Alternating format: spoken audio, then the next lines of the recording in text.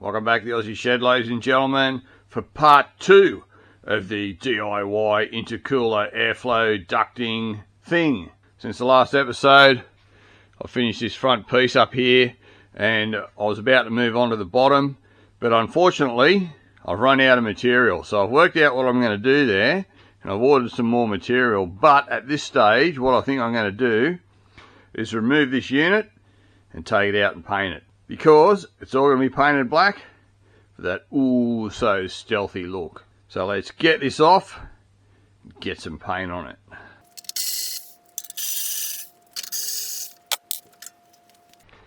Just about to blow a bit of paint on it, folks. It's already had a coat of etch primer. I'm just about to blow a little bit of black on. Bit of a light coat to start with, and then I'll finish it with a bit of a heavier coat.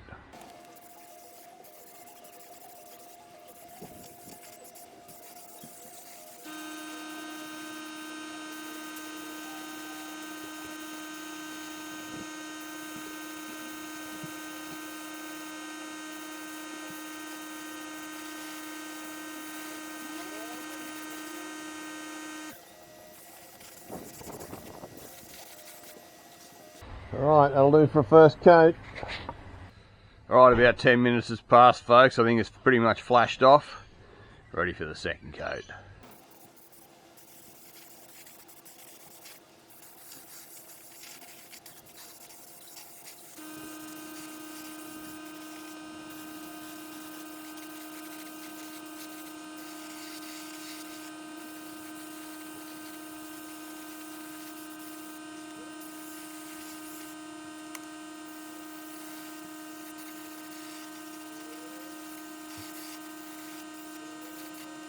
I think that'll do it, folks. Paint without my glasses on, so I guess we'll see what it looks like when I can see a bit better. But I think it's okay. Looks like my shitty little old gun's getting a bit blocked up. There wasn't a lot of paint coming out then. I was having to sort of go over it, but I still think it's pretty reasonable. Alrighty. Right, folks, the paintwork's all dry on it now. It's looking pretty good. So I might take this over to the bench and we'll have a bit of a look at it and have a chat about a couple of things, eh? Righto, folks, so here it is on the bench. Now, a few of the details.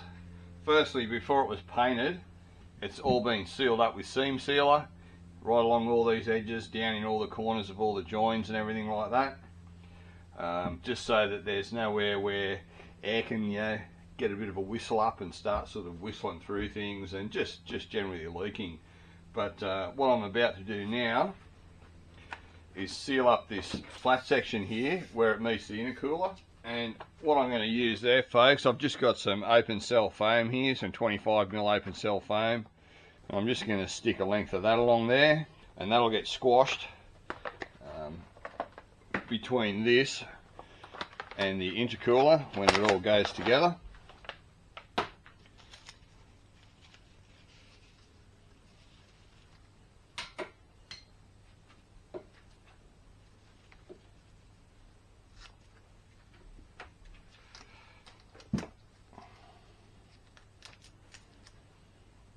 All these little things help, folks, if not to just drastically reduce the losses from air leaking, just to reduce noise as well from air. Once you sort of pressurize air into an area, it can get a bit noisy when you get leaks. So this will just basically help correct all of that.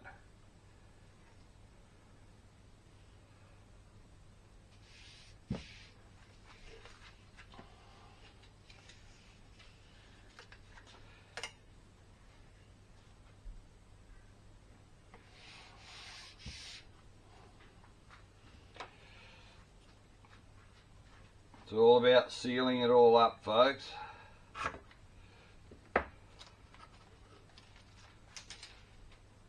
Alright, so that should do that. And what I'm doing here, folks, I'll just flip it around.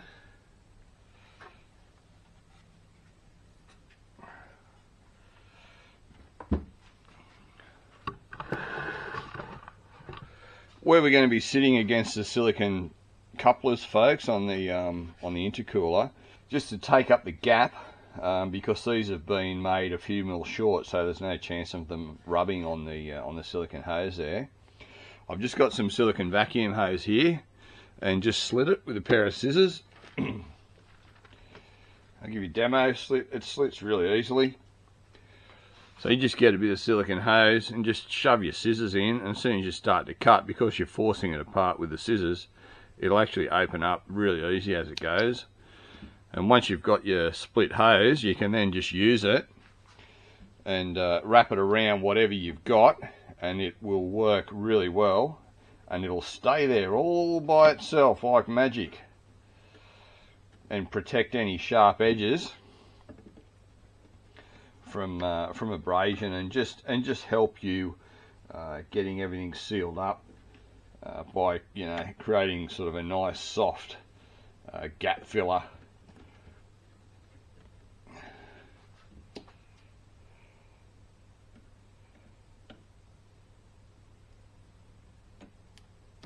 You can use rubber hose, folks, too. Before silicone hose was as available as it is, I used to just use, you know, depending on what it was, anything from vacuum tubing, the heater hose, to whatever, same deal. You just kind of force a pair of scissors or a pair of cutters into it and just slit it, and then you can use it to wrap around, you know, sort of penetrations like this. Same deal over this side, folks, and I'll just trim the excess off. Somewhere there.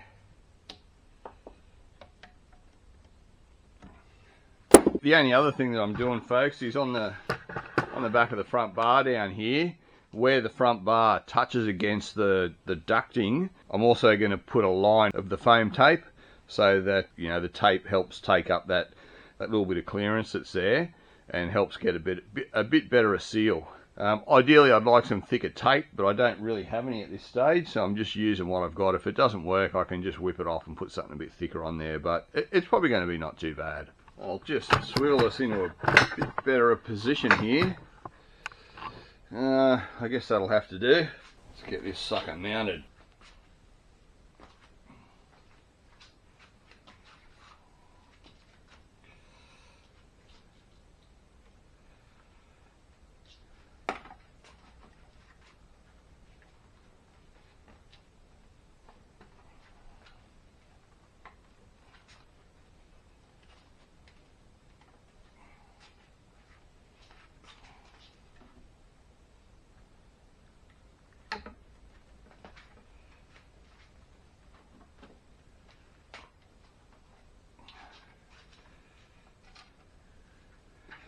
Alright, pretty much sits there by itself.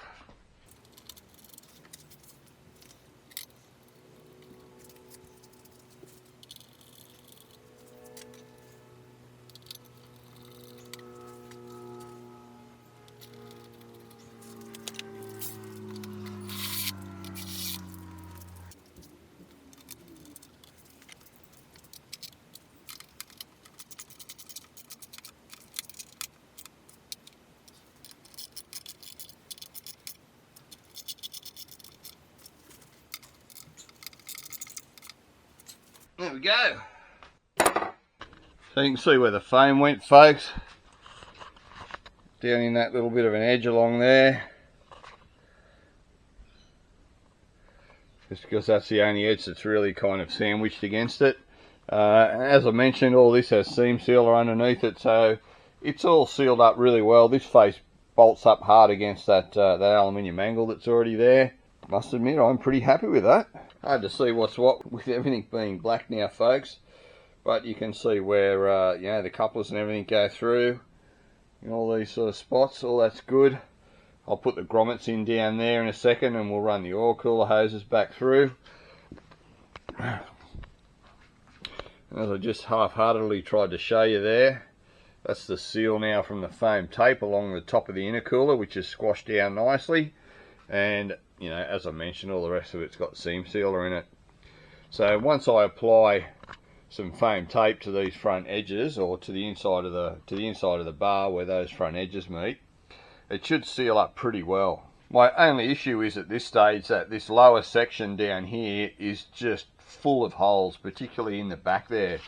So I've been trying to work out how I'm actually going to do this, and I've decided I'm actually going to put a sheet right over this whole thing and all the way to the back where it goes to the oil coolers, because particularly in the back, you can see my finger coming up through there, and there are some quite big holes in the back of it, which is going to leak gas, and I want this thing really, really well sealed. I've also got another template sitting here that I've made, which goes on this side over here to give me another sealing piece that sort of goes in here. I can sort of get that in, but it's going to end up sort of going in down there. Grab my torch again, it's hard to see with the blackness, but it'll run in there and create a big seal to a major leak area in there. And it's starting to look pretty good, folks. So I'll get this tape on the inside of the bar over there, and I'll get the grommets in for the oil cooler hoses, and I'll run the oil cooler back through, and I reckon that's probably all I'm going to be able to do until the material gets here to finish off all the bottom section. Hopefully that'll all be here tomorrow. So at the moment I'll do this, we'll have another look, and then we're just waiting for tomorrow to come. So I'm pretty much done now, folks, for the time being. You can see the power steering cooler lines are in, and the power steering cooler's just mounted in there. It's all got to come out probably tomorrow or the next day when the rest of my sheet aluminium comes in. So like I say, I can build the bottom section. But for now, that's pretty much complete how it's sitting in there. You can see there's foam tape mounted on here, folks, on both sides where the unit pushes up against the front bar. We'll see if it's going to be thick enough or not. I think it might be. It was pretty close to clearance there, but we'll certainly see. I can always get some thicker tape if I need to. So that's it for now, folks. I'll turn the camera back on when I get a bit more sheet aluminium. See you soon. Welcome back, folks. My sheet aluminium's come in, and I've just finished making a template of the piece I need for the bottom. This is it here. I'll just go and throw it on, and you can sort of have a bit of a look at it. So this fella just slips in here like this. The aluminium pieces are going to have turn downs on the end with rivnuts, so I can bolt all this through, so it'll all just kind of bolt in together from the outside. Plus I'll drill it up from underneath and put a couple of rivnuts in it as well, and bolt it through to the to this plastic piece that's under here. That'll keep it all nice and sort of straight. And the oil cooler actually bolts down through it as well, so that'll sort of sandwich it all in one place as well. It hangs over the front here, probably about 35-40 mil over this existing piece, which it goes over and kind of seals all right from the factory, but it doesn't make it to the front. And while I'm doing it, I might as well just make it all sort of nice and neat. As you saw before, I've also got this block off plate that I've got for the back over here, which I've got to replicate out of aluminium as well. So I might get into that, folks. This is going to be two separate pieces because the sheet aluminium that I'll have is only 400 long. It won't make any difference to this anyway, because it's fixed down onto here, and it'll just make it easier for me to sort of fit it up and everything. So I might go and transfer this onto some aluminium sheet, do the bends, maybe do the rivnuts, and give you a bit of a look at them. I'll cut this one out as well. Alright, so here we go. So that's our pieces there. As you can see, fires the template absolutely beautifully, and as I mentioned, they've been turned down on the edges, and they have rivnuts in them, so that I can just bolt them through from the outside. Each one has a rivnut in this position here just to bolt it through the plastic, and these holes here are where the mounts for the oil cooler, for the power steering cooler, sorry, go through, and that'll sandwich it as well. That's our sort of side block off plate there, which has just been cut from this, obviously.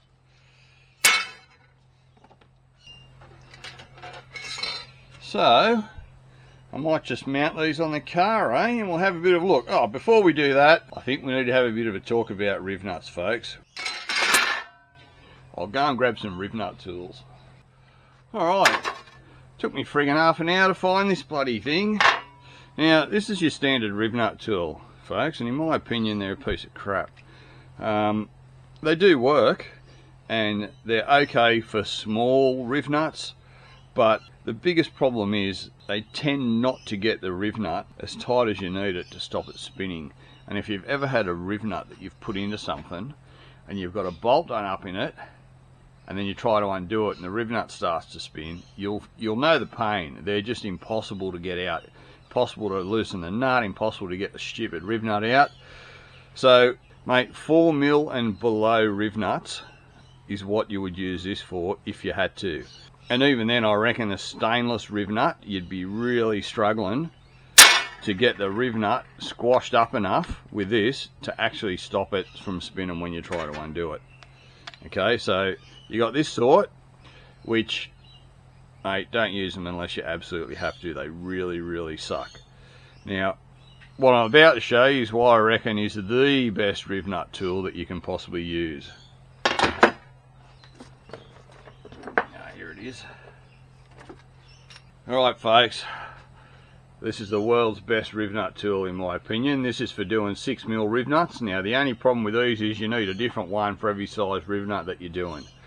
And I reckon they're just unbeatable. They allow you to get the riv nut really, really tight without fucking it, right? Which can happen really easily with these things and with other methods of putting riv nuts in as well. There are a lot of methods of putting in riv nuts that actually use a bolt that's into the riv nut, and you kind of compress the riv nut back like a rivet by turning this into the nut.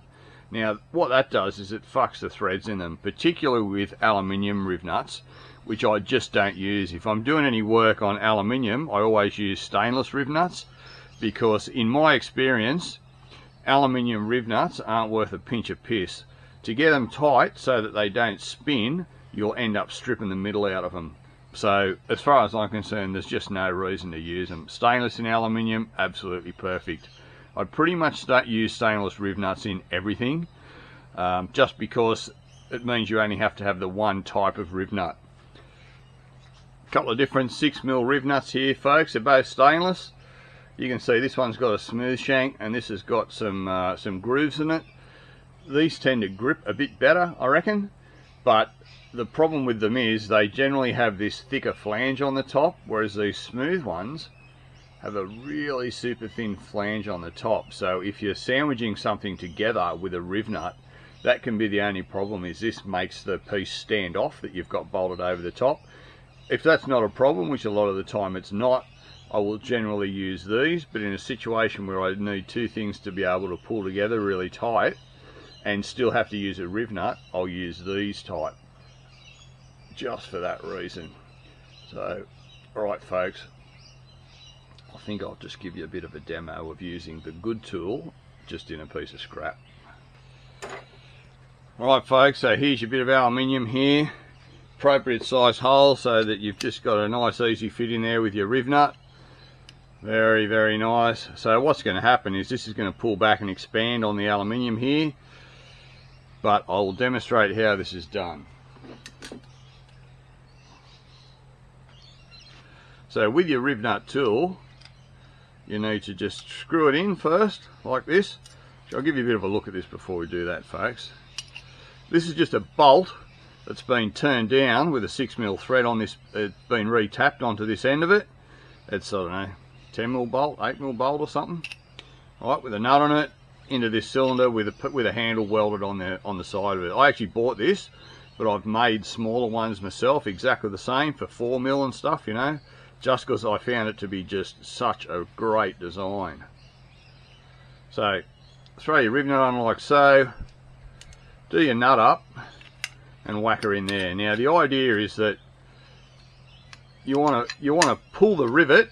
You want to pull the rivet part of this in and expand it over the hole here to grip onto it, but you don't want to be turning it. Most of the devices to put riv nuts in rely on turning this to pull that back, but what this does is you turn the big nut down on the large bolt and just draw it back. That way you're not working the thread inside the riv nut. It's going to be a little bit sort of awkward for me to do here, folks, actually. How can I do this? I might just put it in the vise, folks.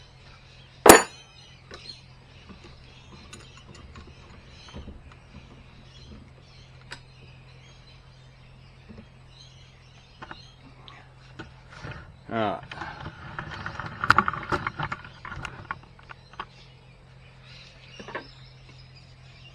So with this guy here, it uses all 17mm spanners. What you've got to do, they are a little bit awkward to use.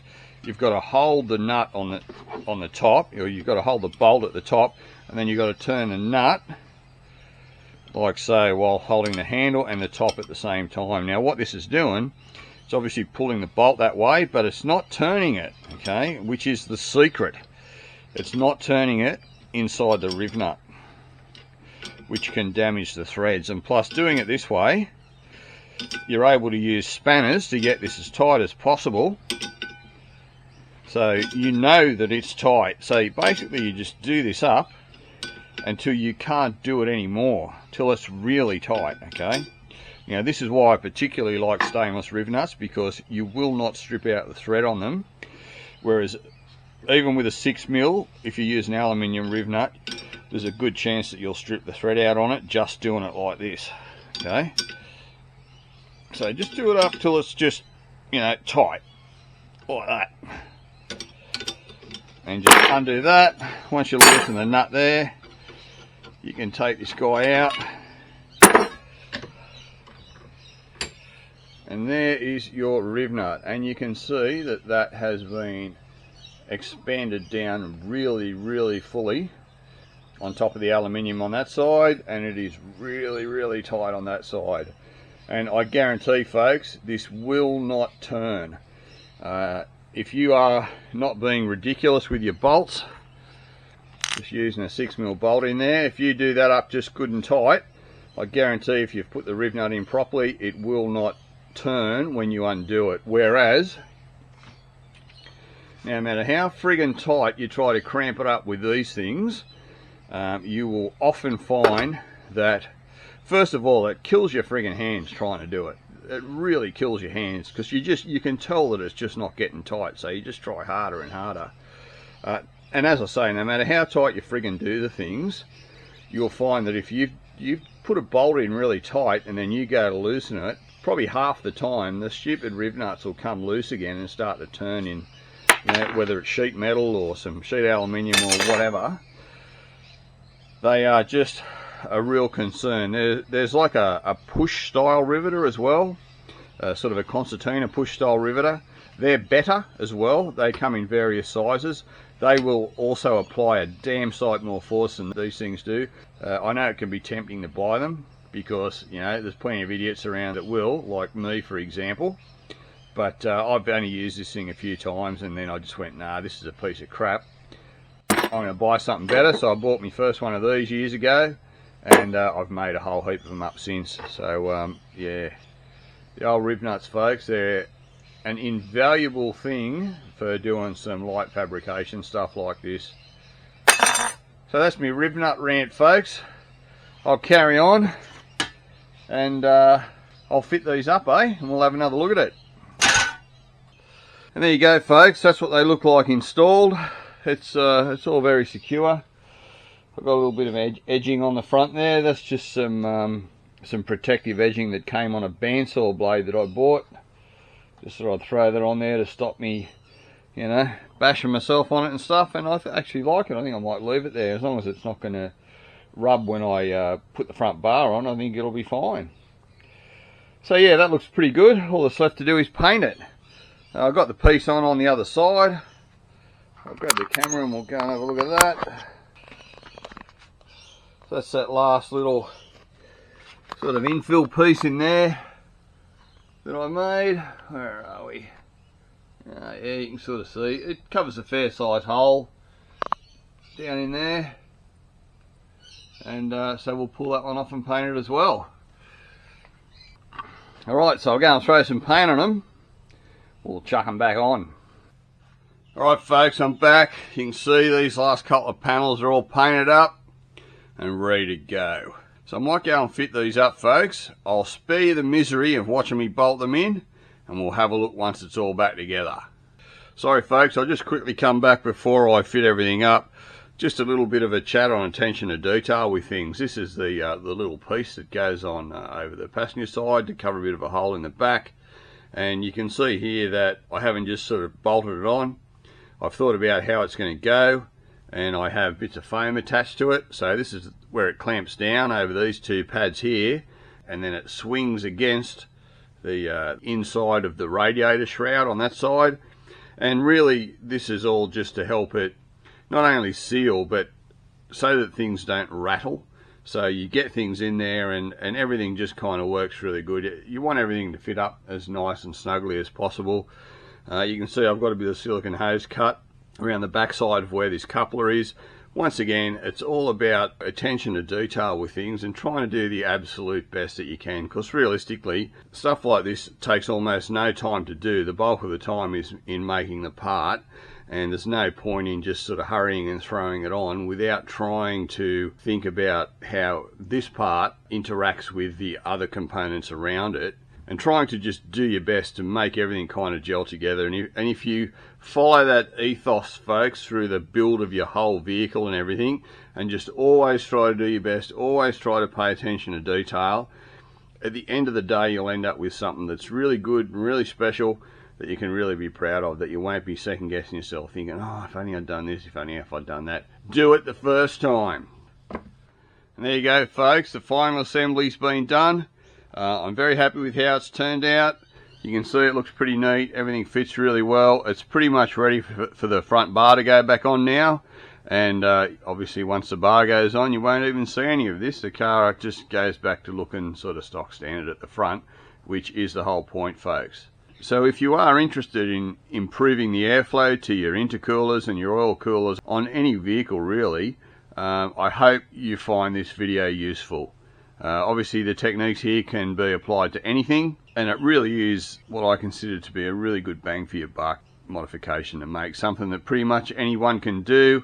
You can see it's all just riveted and rivnutted together, so basically the whole thing just unbolts in one piece now. So yeah, the hardest part really is just cutting out all the pieces. If you've got access to any sort of a bandsaw or even a jigsaw, folks, there's no reason why all of this couldn't be just cut out with a, you know, a hand jigsaw with a even a wood cutting blade. A fairly fine wood cutting blade will do aluminium, no worries at all. If you are experiencing cooling issues and you feel that, you know, you've already got a really big oil cooler and your intercooler is quite large, but yet you're still not getting the cooling effect that you think you should be getting, have a bit of a look at how the airflow goes into the front of your car, and have a think about how you're capturing that airflow and making it force through the cores of all those things, and not just going around them. So where am I going from here with it, folks? Well, I'm not actually finished in the front. What I'd like to do now is I'll just draw the camera back.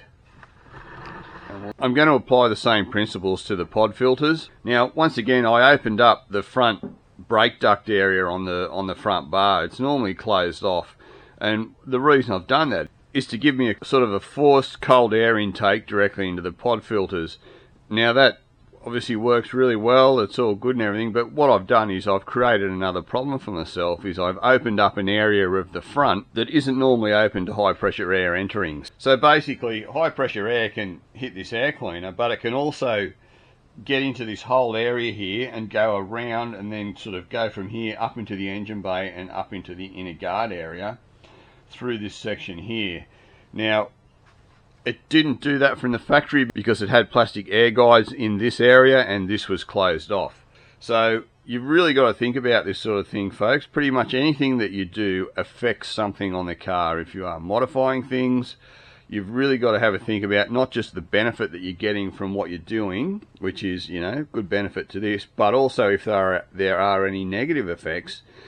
So what I'm going to do here, folks, is I'm going to box this in to the inner guard area so that as the air comes through the brake duct here, it's actually sealed into this area only and can't push through over here. And I will probably create a duct at the back of this area and run that into a brake duct for the front, because I am planning on running some brake ducts, but they will have to be, instead of being right on the front here, they'll just have to be behind this. But when this is boxed in, there's plenty of air to serve both purposes, you know, to give us intake air and plus pressurize a brake duct into the back of the brake rotors there. So I think that's one of the upcoming videos that I'll be doing, is boxing in this pod filter and making some brake ducts for the back of it. Once again, just to improve the airflow of the modifications that I've made and get rid of any detrimental effects I've created by the work that I've done. Airflow is a really big thing with all vehicles, particularly once you start going really fast. And any air that enters the vehicle too has to be able to sort of get out in such a way that it's not generating lift. The more air you can get into your coolers, well, that's really good. Once again, that will help generate lift by coming out under the vehicle. But you want to remove any unwanted air coming in, which is also going to generate lift at high speed. So that's why you'll see cars with vented bonnets. So what they're doing is they're creating a way out for the air that comes in through your coolers and everything at the front, a way up, which actually produces downforce. So if you have a vent behind the radiator in the hood there, as air exits through that, that's actually going to create downforce, whereas normally that air will come out under the car and create lift. So it's pretty obvious which is the more desired effect. At this stage I'm not venting the bonnet because I'm trying really hard to keep the vehicle looking as much of a sleeper as possible. No Larry body kits and, you know, friggin' any of that sort of stuff. I want the vehicle to just look stock standard. But bonnet venting may be a future thing, but I will try and make it as subtle as possible because development of this vehicle is continual. This extends to the driveline as well, and even though it's putting down 500 horsepower at the wheels at the moment, it's really just the beginning for the car. So there's driveline strengthening coming up, there's probably going to be a motor build coming up, which I'll do all here in the Aussie shed and video it all. So I hope you'll come and hang out with me while I do all that stuff as well. So anyway folks, as always, I hope you liked the video. If you did, give it a thumbs up. If you like my content in general, subscribe to the channel. And I'll bloody well see you on the next one. Cheers.